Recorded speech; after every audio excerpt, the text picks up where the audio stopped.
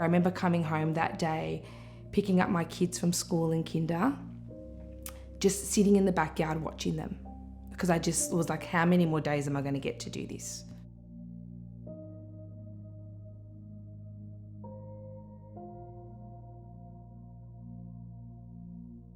Basically, that means that they just remove everything, uterus, all of it.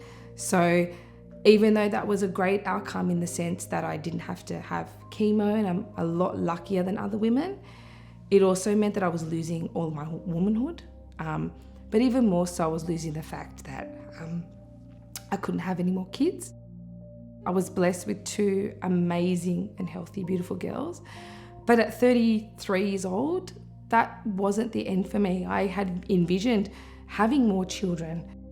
I was off work for 3 months with it, and probably at about 6 weeks was when I was starting to be a little bit physically stronger. But mentally though, mental health wise, took me a lot longer. I actually went and saw a counsellor to deal with it all. After my surgery, I felt like I couldn't really do much. I wasn't really around my kids a lot. I didn't want them to see me like that. I remember my little one was 3 and she was like, "Mum, can you pick me up?" And I couldn't physically do that. And I just remember not being me. So it was really hard. And the treatment doesn't just stop once the cancer's gone. It's the ongoing checks afterwards. It's the mental side of things, the psychological side of things, the other impacts, the hidden things that people don't quite see.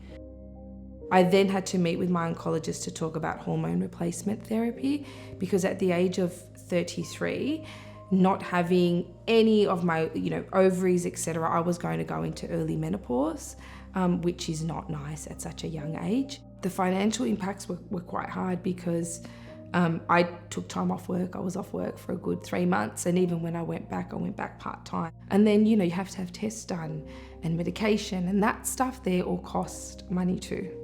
So yeah, it was quite stressful. The anxiety doesn't go away.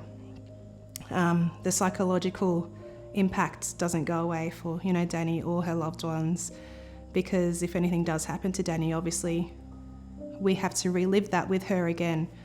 I am living proof that early prevention works. Had I not been up to date with my pap smears at the time, which were every 2 years then, had I missed that, there's a really good chance that my tumour would have grown, it would have spread, and who knows if I'd even be here today.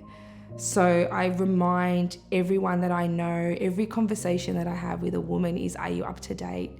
There's no excuses these days. It's 5 minutes every 5 years, and women can do it themselves. I got probably 3 or 4 messages in the first year of women that had told me that because of me, through their screening test, they'd actually picked up pre-cancer cells. So they were on top of it a lot earlier.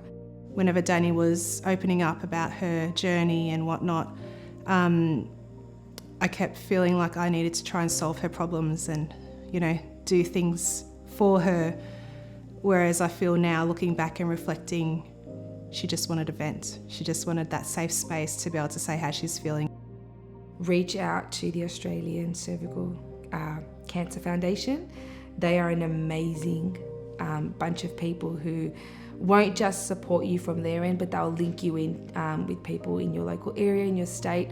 I've made some amazing Orange Army sisters, is what we call ourselves, amazing friends through it. And just having someone that's gone through it is an amazing support, because we do understand it.